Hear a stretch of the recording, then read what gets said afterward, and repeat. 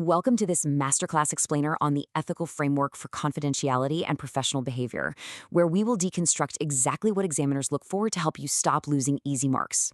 Look, if you've ever walked out of an exam hall feeling like you absolutely nailed the material, only to get your results back and realize your score didn't even come close to reflecting your actual knowledge, well, you are definitely in the right place.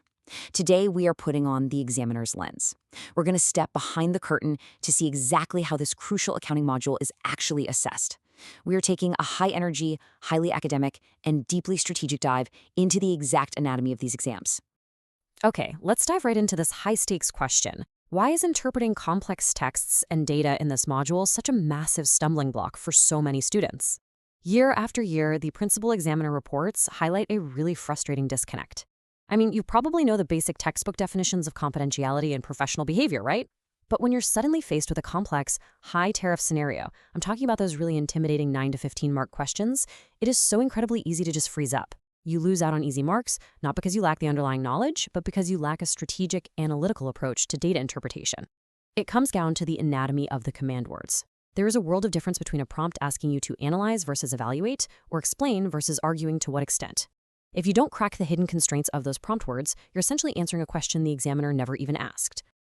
To solve this, we are going to break down this explainer into a rigid academic blueprint, taking you from core theoretical principles directly into those deep examiner insights. We'll hit the core principles, the procedural framework, critical analysis, and finally the top examiner warnings. Let's move to our first section and establish the academic benchmarks you need to hit for this module. Now, what's really interesting about this slide is the contrast.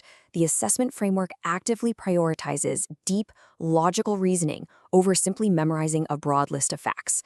We have superficial breadth on one side and analytical depth on the other.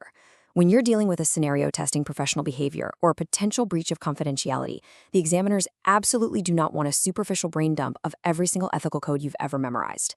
Actually, scratch that. If you just list facts, you're capping your grade immediately. They want to see how you structure a targeted argument based only on the specific evidence provided in the prompt. It's about depth, not breadth. This is where you have to deeply contrast those command words. If the prompt says analyze, you break the scenario down into its component parts. But if it says evaluate, you must weigh the evidence, judge the severity, and form a conclusive verdict.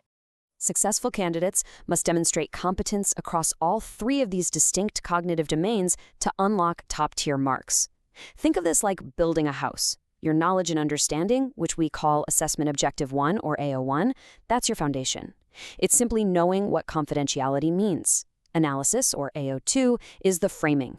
It's applying that definition directly to the specific case study in front of you. But evaluation, AO3, is the roof. It's the highest tier. It's where you judge the impact of a breach or weigh the long-term financial consequences of an accountant's actions.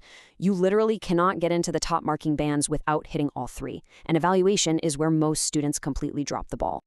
This brings us to Section 2, where we outline the exact step-by-step procedural framework you must deploy when faced with examination questions.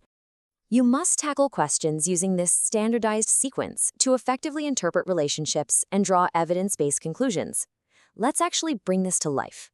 Imagine two scholars in our digital study suite today working on the exact same high-tariff question. Let's call them Alex and Sam. Alex is highly technical, brilliant at formulas and facts, but struggles with open-ended evaluation. Sam, on the other hand, is a super creative thinker, great at arguing concepts, but lacks structural precision. When they look at a stimulus, Alex immediately wants to just write down every definition, while Sam wants to write a philosophical essay. Neither is hitting the mark. They need this 5-step sequence. Step 1, extract data from the stimulus. Actively highlight the clues. Step 2, select the analytical framework. Step 3, execute with notation. Write down your logical steps. Step 4, verify your results. Step 5, present with correct terminology. By using this rigid sequence, Alex gets the structure to be more analytical, and Sam gets the guardrails to stay on topic. And this brilliantly illustrates the method mark strategy, a critical lifeline where examiners reward your systematic processing. Back in our study suite, Alex is getting incredibly frustrated because a final calculation regarding a financial penalty for an ethical breach is slightly off. But here is the secret. Earning marks for demonstrating the correct procedural and analytical process is built into the system, even if the final numerical answer is incorrect. The examiners want to see the architecture of your thinking. If Alex just skips steps to rush to an answer, those method marks vanish.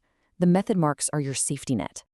Listen to this direct alert from the examiners. Your clear working and notation are just as important as the final answer itself. When you are evaluating an ethical dilemma regarding confidentiality, your working isn't just math. It's your logical chain of reasoning. You must document exactly how you arrived at your conclusion. If Sam just writes, "The accountant clearly breached professional behavior," without systematically showing the how and why from the text, Sam gets 0 method marks. It's really that simple. Furthermore, your presentation of information must rigorously follow these strict conventions to avoid bleeding unnecessary marks. We're talking proper headings, correct terminology, appropriate formats, and clear annotation. In our scenario, Alex and Sam are now actively drafting a model response, paragraph by paragraph, and they've just hit a massive roadblock regarding how to link their paragraphs together without sounding totally disjointed. But real quick, right before we pause their session and show you the exact cognitive strategy to fix their flawed paragraph, I want you to hit that subscribe button for Ace the Exam's IGCSE O and A levels. That's at AceTheExam_IGCSE and enable all notifications. Seriously, click the bell right now so you never miss our weekly Cambridge breakthrough strategies. Okay, so Alex and Sam are stuck. Their presentation is a mess. Let's fix it. Now let's shift to Section 3 and look at how elite candidates handle critical analysis and problem solving to get past those roadblocks. Whenever you approach problem solving in the ethical framework, you must use this 3-pronged cognitive strategy to make justified recommendations. I'm stepping into Alex and Sam's session right now to pause them. Their answer was mediocre because it lacked flow. We rewrite it using this method. First, deconstruct. Identify the given info. What exactly did the accountant do? Second, solve. Apply the systematic logical steps using Cambridge terminology. Was it a breach of confidentiality or just poor professional behavior? Third, evaluate. Check the reasonableness and justify the impact. By structuring their paragraph with a deconstruct opening, a solve middle, and an evaluate conclusion, Alex and Sam transform a disjointed 0-mark ramble into a flawless, full-mark response. When evaluating evidence quality, organize your thoughts like this table, constantly weighing the given information against its underlying assumptions and limitations. Okay, we are going into an immersive visual workshop right now. I want you to actively practice this. Imagine a 60-second visual countdown timer on your screen. You're looking at a complex text excerpt where a senior manager is pressuring a junior accountant to hide a liability. Look at the left column, evidence element. Now look at the right, evaluative actions. As the timer ticks down, you shouldn't just be reading. You should be actively identifying limitations in the evidence. What assumptions is the manager making? Are there alternative interpretations? Like, is there a legal obligation to disclose this that overrides standard confidentiality? This table is your ultimate cheat code for AO3 evaluation marks. So, the crucial point is that high marks are reserved for those who actively question the text rather than just accepting it at face value. Let's do another quick workshop exercise, spot the flaw. Imagine a student answer on the screen that reads, "The accountant breached confidentiality, which is bad for the business and breaks the rules." Can you spot the 3 massive errors there? First, it doesn't question the assumption of why the breach happened. Second, it doesn't consider different perspectives, maybe it was in the public interest. And third, it completely fails to justify the decision with specific evidence from the stimulus. Top-scoring candidates never write generic sentences like that. They interrogate the source material. For our final section, we are pulling directly from principal examiner reports to reveal the exact traps you must avoid. These are the top 3 mistakes candidates make, with the most fatal flaw being a reliance on generic answers that ignore the specific context of the stimulus material. Trap number 1, using the wrong approach for the wrong context. If a question is laser-focused on professional behavior, do not waste 5 minutes writing an essay on integrity. Trap number 2, forgetting your format and presentation conventions. But trap number 3 is the absolute biggest mark killer of them all. If your answer could apply to any company in any scenario on any given day, it is way too generic. You must anchor every single point, every evaluation, and every conclusion directly to the specific names, numbers, and situations provided in the case study. The ultimate takeaway from this explainer is that mastering confidentiality and professional behavior requires you to systematically deconstruct data, not just memorize textbook definitions. Let's synthesize this entire masterclass into 3 core, highly memorable pillars.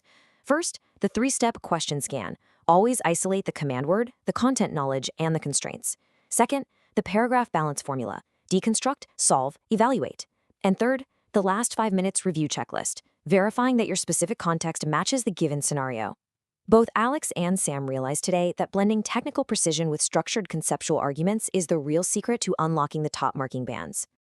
I'll leave you with this challenge. How will you change your approach to your very next past paper to ensure you capture every single method mark available? Crushing Cambridge exams requires a consistent, systematic strategy. If you are serious about dominating your exams, you need to hit the subscribe button for Ace the Exam's IGCSE O and A levels right now. That's at acetheexam_IGCSE. Turn on that notification bell for future elite exam hacks, and leave a comment below right now with your target grade. Make the commitment, stop losing those easy marks, and start thinking like an examiner. Catch you in the next one.